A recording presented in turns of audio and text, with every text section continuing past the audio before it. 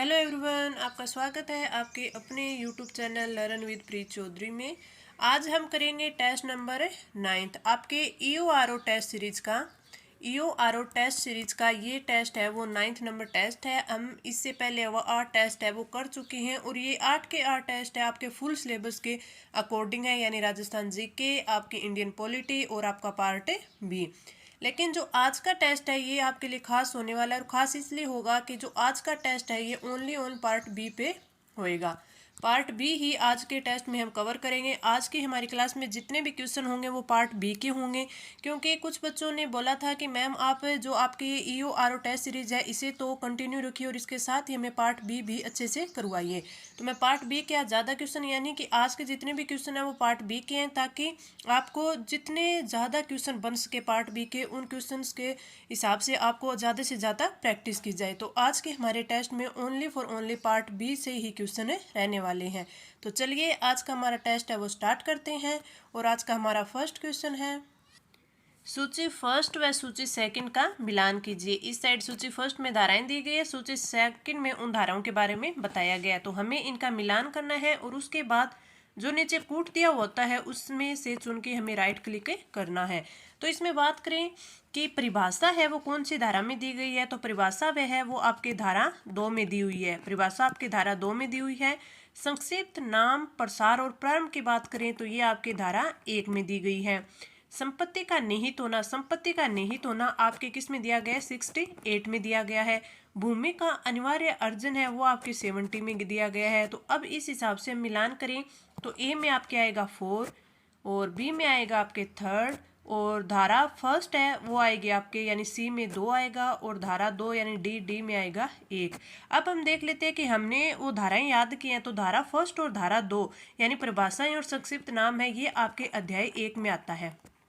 अध्याय 1 में आता है और अध्याय 1 का नाम क्या है, प्रारंभिक। प्रारंभिक जो भी हमने पीछे पढ़ा है याद किया उनको रिकॉल करते चलेंगे। और फिर हम बात करें धारा 68 धारा 70 की, तो ये दोनों की दोनों धाराएं हैं आपकी जो अध्याय है अध्याय 4th में यानी अध्याय 4 में आती हैं। और अध्याय 4 का क्या है, इसमें आती है नगर पालिका की संपत्ति।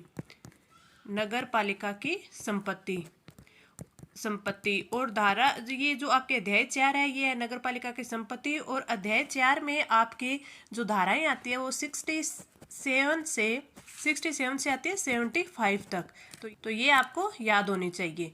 तो इसमें आपका जो सही रहेगा वो आ जाएगा, ए में 4 आ जाएगा, बी में 3 आ जाएगा, सी में आपका 2 आ जाएगा और डी में आपका 1 आ जाएगा। जो आपका नीचे कूट होगा वो आप राइट क्लिक कर देंगे।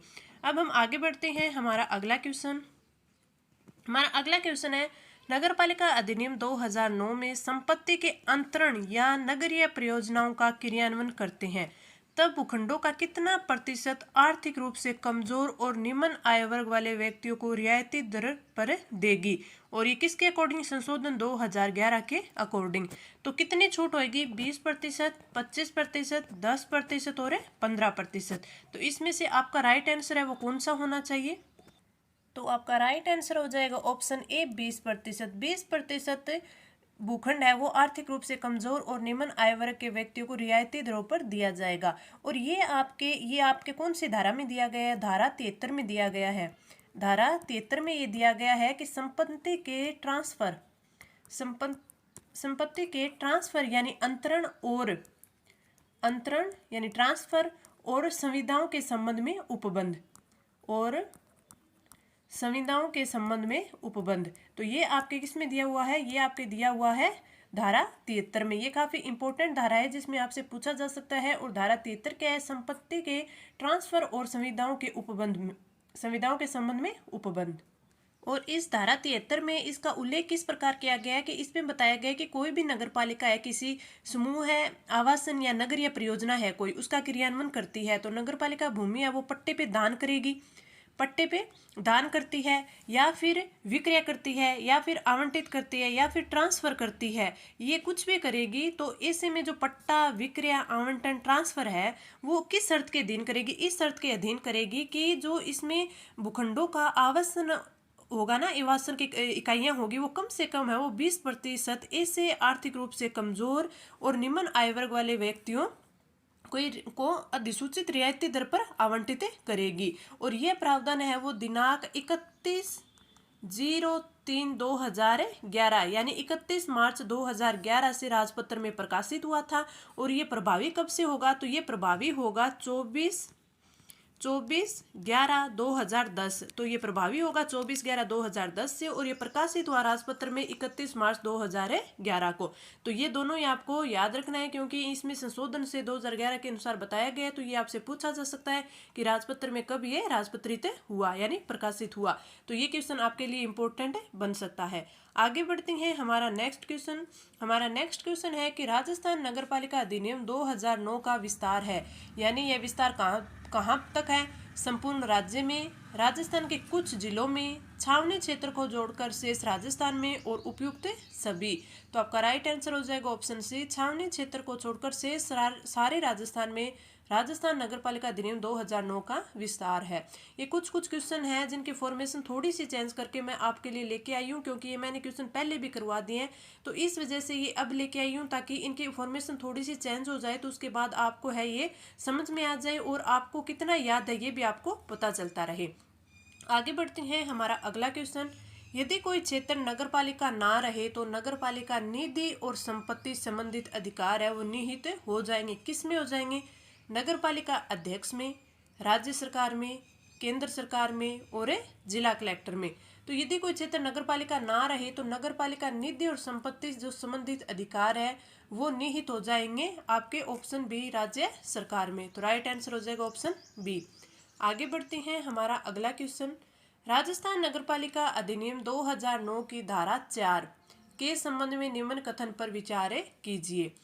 अब एक तो हमें ये देखना है कि जो इसकी धारा 4 है उसमें क्या दिया गया है। तो सबसे पहले हम वही देख लेते हैं, जिससे हमें जो हमारा ये जो क्वेश्चन है ये समझ में आ जाएगा कि इसमें क्या पूछा है और हमें क्या आंसर करना है।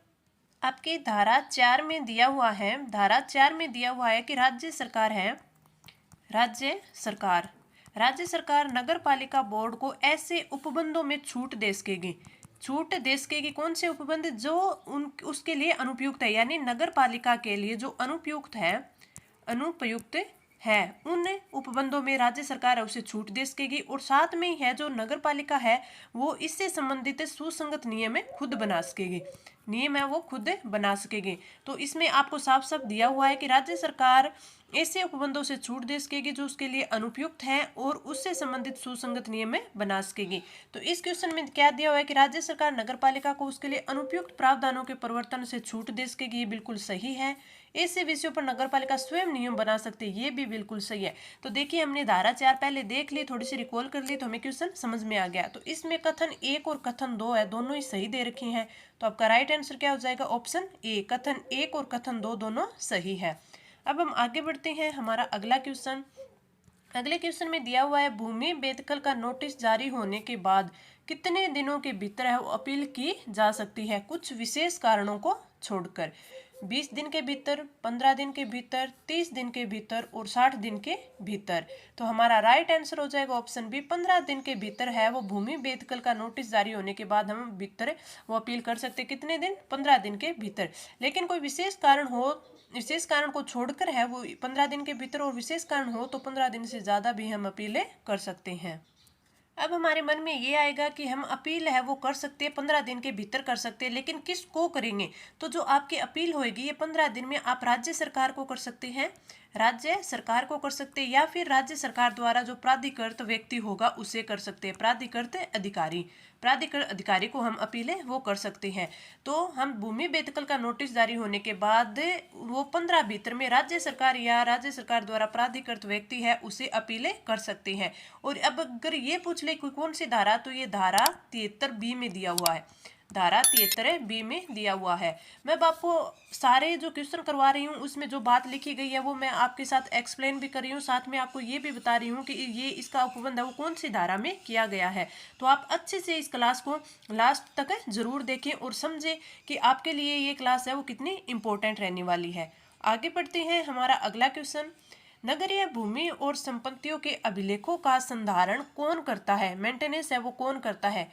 नगरपालिका द्वारा, राज्य सरकार द्वारा, पंचायत द्वारा और केंद्र द्वारा। तो इसमें से आपका राइट आंसर कौन सा होगा? तो आपका राइट आंसर कौन सा हो जाएगा? राइट आंसर हो जाएगा ऑप्शन ए, नगर पालिका। तो जो ये आपके धारा 75 में दिया हुआ है, धारा 75 में दिया हुआ है, क्या दिया हुआ है कि नगर पालिका की भूमि और संपत्तियों के अभिलेखों का संधारण यानी मेंटेनेंस यानी रख रखाव है, वो कौन कर सकता है? नगर पालिका द्वारा होएगा। तो आपका राइट आंसर हो जाएगा ऑप्शन ए। अब हम आगे बढ़ते हैं। हमारा अगला क्वेश्चन है, नगर पालिका संपत्ति अर्जित कर सकती है, किससे अर्जित कर सकती है? दान द्वारा, कार्य द्वारा, ए व बी दोनों और कोई नहीं। तो आपका राइट आंसर हो जाएगा ऑप्शन सी। नगर पालिका है वो संपत्ति है वो अर्जित करेगी, तो वो अगर कोई न उसे दान में दे तो अर्जित कर सकती है, वो कार्य करके अर्जित कर सकती है। और ये सब बातें कहाँ दी गई है? धारा 67 में, सॉरी धारा 67 में ये सब चीजें दी गई है कि नगर पालिका संपत्ति अर्जित कर सकती है दान के द्वारा, कार्य के द्वारा। तो आपका राइट आंसर हो जाएगा ऑप्शन सी। आगे बढ़ते हैं। हमारा नेक्स्ट क्वेश्चन कि नगर निकायों में राज्य सरकार द्वारा मनोनीत सदस्यों के संबंध में निम्न कथनों पर विचार करें। कि नगर पालिका बोर्ड में 6 मनोनीत सदस्य होंगे, नगर परिषद में 8 होंगे, नगर निगम में 12 होंगे, सदस्यों को मनोनीत कर सकती है। ये बिल्कुल आपका सही है। राज्य सरकार है वो नगर पालिका में 6, नगर परिषद में 8 और नगर निगम में 12 सदस्यों को मनोनीत कर सकती है। एक दिव्यांग व्यक्ति का मनोनयन अनिवार्य होगा, ये भी बिल्कुल सही बात है, होगा। मनोनीत सदस्यों को राज्य सरकार हटा सकती है, ये भी बिल्कुल सही है, हटा सकती है। मनोनीत सदस्य को नगर पालिका की बैठकों में मत देने का अधिकार होता है, ये बिल्कुल गलत है। नहीं, मनोनीत सदस्यों को नहीं होता, लेकिन पदेन सदस्य होते हैं उनको होता है। और जो निर्वाचित सदस्य होते हैं उन्हें बैठकों में मत देने का अधिकार है वो होता है। तो आपका जो फोर्थ है वो गलत हो जाएगा, आपका फर्स्ट, सेकंड और थर्ड है वो बिल्कुल सही होगा। तो आपका राइट आंसर कौन सा हो जाएगा? ऑप्शन ए, 1, 2 और 3 सही है। ये आप थोड़ा ध्यान रखेंगे कि आपके जो मनोनीत सदस्य होते हैं उनको बैठ के मत देने का अधिकार नहीं होता है, लेकिन पदेन सदस्य और निर्वाचित सदस्यों को होता है। अब हम आगे बढ़ते हैं। हमारा अगला क्वेश्चन है कि निर्वाचक नामावली में शामिल होने के लिए अर्हताओं एवं निर्हरताओं से संबंधित धारा कौन सी है? तो हमें पता है कि निर्वाचक नामावली किस में है? धारा 13 में दी हुई है, धारा 13 में दी हुई है। अब इसमें अर्हताओं यानी निर्हरताओं के बारे में पूछा है, तो हमें धारा 13 का पता चल गया कि एक तो 13 होगी। तो इसमें ये देखिए धारा 13 और 14, आपका राइट आंसर क्या हो जाएगा? Option D. 13 में तो आपके निर्वाचक नामावली है वो दी हुई है, 14 में आपके अर्हताएं दी हुई है। 14 में क्या दी है? अर्हताएं दी गई है। अगर आपसे ये पूछ ले कि आपके अर्हताएं किसके बारे में दी गई है, तो निर्वाचक नामावली की अर्हताएं किस में दी गई है? धारा 14 में दी गई है। इसमें कई जो आपकी धाराएं हैं जिसमें निर्हरताएं अर्हताएं दी गई है वो आपके मिक्स ही हो जाते हैं। तो आप ध्यान रखें कि जो आपके धारा 4 है उसमें तो उपबंधों में छूट दी गई है, अभी हमने पीछे ये पढ़ा था, उपबंधों में छूट दी गई है धारा 4 में। धारा 14 में है वो नामावली होती है, नामावली के लिए निर्वाचन नामावली में आपकी अर्हताएं दी गई है, अर्हता। और धारा 24 की बात करें हम, धारा 24 की बात करें तो उसमें आपकी क्या दी गई? उसमें सदस्यों की निर्हरताएं दी गई है, सदस्यों की। तो ये आप थोड़ा ध्यान रखें। 4 में उपबंधों में छूट, 14 में जो निर्वाचन नामावली में अर्हताएं और 24 में सदस्यों की निर्हरताएं आपको दी गई है। इस क्वेश्चन का आपका राइट आंसर हो जाएगा ऑप्शन डी। आगे बढ़ते हैं। हमारा अगला क्वेश्चन है कि किस धारा में कुछ स्थानों पर निर्वाचन के लिए अर्हता के संबंध में विशेष उपबंध किए गए हैं? कौन सी धारा में विशेष उपबंध किए गए हैं? धारा 21 में, धारा 21A में, धारा 25 में और धारा 13 में। तो आपका राइट आंसर हो जाएगा ऑप्शन बी, धारा 21 में है वो विशेष उपबंध दिए गए हैं। तो हम इन चारों धाराओं के बारे में देख लेते हैं। धारा 21 है, धारा 21 में क्या दिया गया? धारा 21 में दिया गया है कि सदस्य होने के लिए योग्य व्यक्ति यानी सदस्य होने के लिए अर्हित व्यक्ति, अर्हित बोल दे यहाँ योग्य व्यक्ति बोल दे, अर्हित व्यक्ति, ये किस में दिया गया है? धारा 21 में दिया गया है। जैसे निवासी होगा, नगर पालिका किसी वार्ड का निर्वाचन होना चाहिए, आरक्षित सीट है यानी किसी भी आरक्षित सीट जैसे SC ST OBC जहाँ का भी होगा पर संबंधित वर्ग का ही उम्मीदवार होना चाहिए। जैसे कोई मान ले कि SC ST OBC में किसी में भी ये कि जो वो होएगा इस बार इस वर्ग से संबंधित होएगा तो उसी वर्ग से संबंधित है वो होएगा। उम्र देखें तो उम्र है वो 21 वर्ष से है वो कम की आयु का न हो यानी 21 वर्ष का होना चाहिए। और अन्य शर्त क्या होती है? अन्य शर्त ये होती है कि स्वच्छ शौचालय हो और परिवार का कोई भी सदस्य हो बिना शौचालय यानी खुले में शौच नहीं करता हो। ये किस में दिया गया? धारा 21 में सदस्य होने के लिए जो योग्य व्यक्ति होगा ये दिया गया है।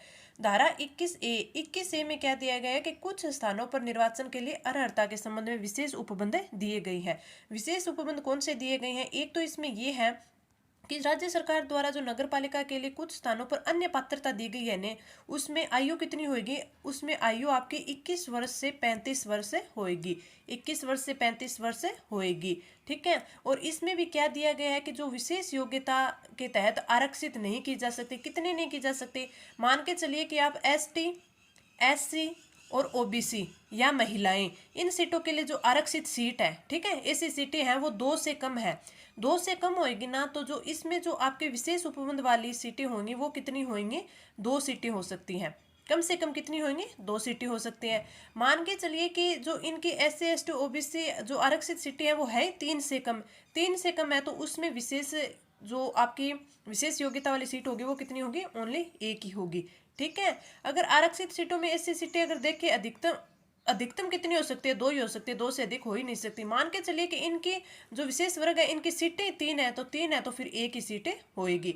अगर हम अनारक्षित सीट की बात करें, यानी जहाँ पे रिजर्वेशन नहीं होता, अनारक्षित सीट की बात करें, तो वहाँ पे अगर सीटें 5 से कम है, सारी सीटें 5 से कम है, तो इसमें 1 ही होएगी। अगर सीटें वो अधिक है तो मतलब प्रत्येक ब्लॉक में 1 से अधिक सीट है, ठीक है, तो उसमें क्या है कि 5 सीटों पर 1 सीटें मिलेगी। 5 सीटों पर 1 सीट मिलेगी। जैसे 5 सीटें हैं तो उस पर 1 सीट मिल जाएगी। 10 सीटें हैं तो 2 मिल जाएगी। 15 है तो 3 मिल जाएगी। लेकिन आप एक ये बात याद रखिए कि 5 सीट से अधिक नहीं मिलेगी। चाहे उसकी 40 सीटें हों, लेकिन उसे 5 सीटों से अधिक सीटें नहीं मिलेगी। तो धारा 21 है, ये आपके लिए काफ़ी इंपॉर्टेंट है, आपको इसे अच्छे से याद करके जाना है। धारा 25 की बात करें तो धारा 25 में क्या दिया हुआ है? मताधिकार का अधिकार, यानी मतदान का अधिकार है दिया हुआ है। धारा 13 अभी हमने पीछे पढ़ी कि इसमें क्या है? निर्वाचक नामावली धारा 13 में है। इस क्वेश्चन का राइट आंसर आपका हो जाएगा ऑप्शन बी। अब हम आगे बढ़ते हैं। हमारा अगला क्वेश्चन है कि नगर पालिका की वित्तीय स्थिति का पुनर्विलोकन कौन करता है? राज्य सरकार, राज्य वित्त आयोग, अधिशासी अधिकारी और इनमें से कोई नहीं। तो नगर पालिका वित्तीय स्थिति का पुनर्विलोकन वो करता है आपका राज्य वित्त आयोग। तो आपका राइट आंसर हो जाएगा ऑप्शन बी।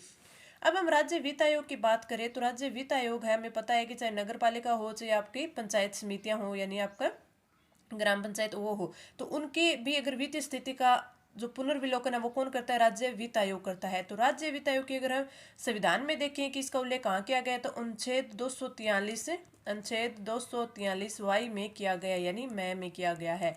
तो हमारा जो क्वेश्चन होता है वो बाईलैंग्वेज होता है, तो अगर आप 243 याद रखेंगे तो भी आपका क्वेश्चन है वो सही हो जाएगा। अगर ऐसे पूछ ले कि संविधान में कहाँ उल्लेख है, तो 243 में उल्लेख है इसका। और अगर धारा की बात करें कि राज्य वित्त आयोग है उसकी किस धारा में उल्लेख है, तो इसकी धारा 76 में उल्लेख है। धारा 76 में उल्लेख है। अब देखिए, हमने अध्याय 4 पढ़ा था। उसमें हमने पढ़ा था कि 67 से आपके 75 तक है वो अपनी धाराएं आएंगी। अब ये आगे 76, तो यानी हमारा अध्याय भी चेंज हो गया। तो अध्याय 5 और अध्याय 5 है वो किस बारे में है? अध्याय 5 है वो नगर पालिका वित्त एवं निधि, नगर पालिका वित्त एवं निधि अध्याय 5 में है, वित्त एवं निधि। और इसमें अगर हम धाराओं की बात करें तो धाराएं कितनी हैं? आपके अध्याय 5 में धाराएं हैं 76 से लेकर 89A तक। और आपका अध्याय 5 है, ये काफ़ी इंपॉर्टेंट अध्याय है। तो आपको अध्याय 5 क्या है? नगर पालिका वित्त एवं निधि है। इसमें धाराएं कितनी आएंगी? 76 से 89A आएंगी। और ये 76 से 89 जो धाराएं हैं आपको काफ़ी अच्छे से याद होनी चाहिए। अब इसने पूछा नगर पालिका की वित्तीय स्थिति का पुनर्विलोकन कौन करता है? राज्य वित्त आयोग करता है। राज्य वित्त आयोग का जो अगर संविधान में जो उल्लेख पूछ ले तो आपके अनुच्छेद 243 में है। धारा में पूछ ले तो आपके 76 से धारा में दिया हुआ है राज्य वित्त आयोग।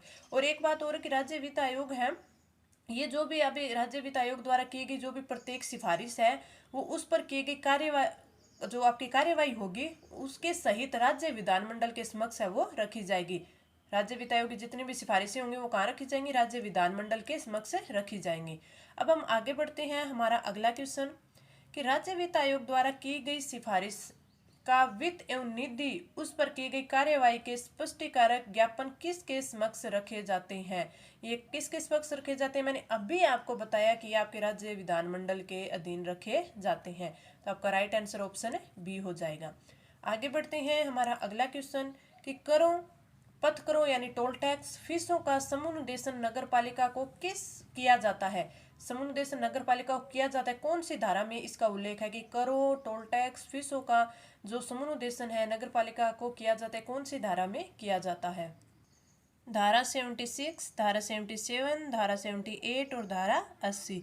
तो इनमें से आपका राइट आंसर हो जाएगा ऑप्शन बी, धारा तंत्र। धारा तंत्र में है आपके कर हो गए, फीस हो गई, आपके शुल्क हो गए, आपके टोल टैक्स हो गए।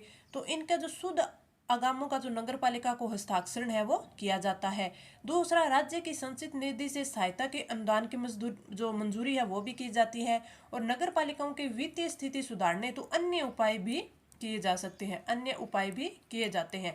तो ये किस में है? आपके धारा तंत्र में दिया हुआ है। आगे बढ़ते हैं। हमारा अगला क्वेश्चन, धारा 105 के अधीन, धारा 105 के अधीन नगर पालिका शुल्क ले सकती है। धारा 105 के अधीन नगर पालिका शुल्क ले सकती है भवन योजना मंजूरी के कर प्रमाण पत्र, नलकूप लगाने की अनुज्ञप्ति पर, जन्म मृत्यु प्रमाण पत्र पर और उक्त सभी पर। तो धारा 105 के अधीन है वो नगर पालिका शुल्क ले सकती है। बिल्कुल सही है कि भवन योजना की जो मंजूरी देगा यानी प्रमाण पत्र देगा उस पर, नलकूप लगाने की जो आप उससे अनुज्ञप्ति लेंगे उस पर, और जन्म मृत्यु प्रमाण पत्र उस पर। तो आपका राइट आंसर हो जाएगा ऑप्शन डी। तो आपके ये चारों के चारों ही सही हैं। अब हम बात करें कि आपको ये इतने क्वेश्चन है वो कितने समझ में आए, आपको ये जो क्लास है आज की कैसे लगी, आप कमेंट करके नीचे ज़रूर बताएंगे। साथ में ही मैं आपको हमारे टेलीग्राम जो चैनल है उस पर ये जो जितने भी अध्याय हैं वो अलग से पार्ट्स में आपको मैं वहाँ पे प्रोवाइड करवा दी है। साथ में मैंने अनुसूचियाँ भी आपको है वो वहाँ पे प्रोवाइड करवा दी है।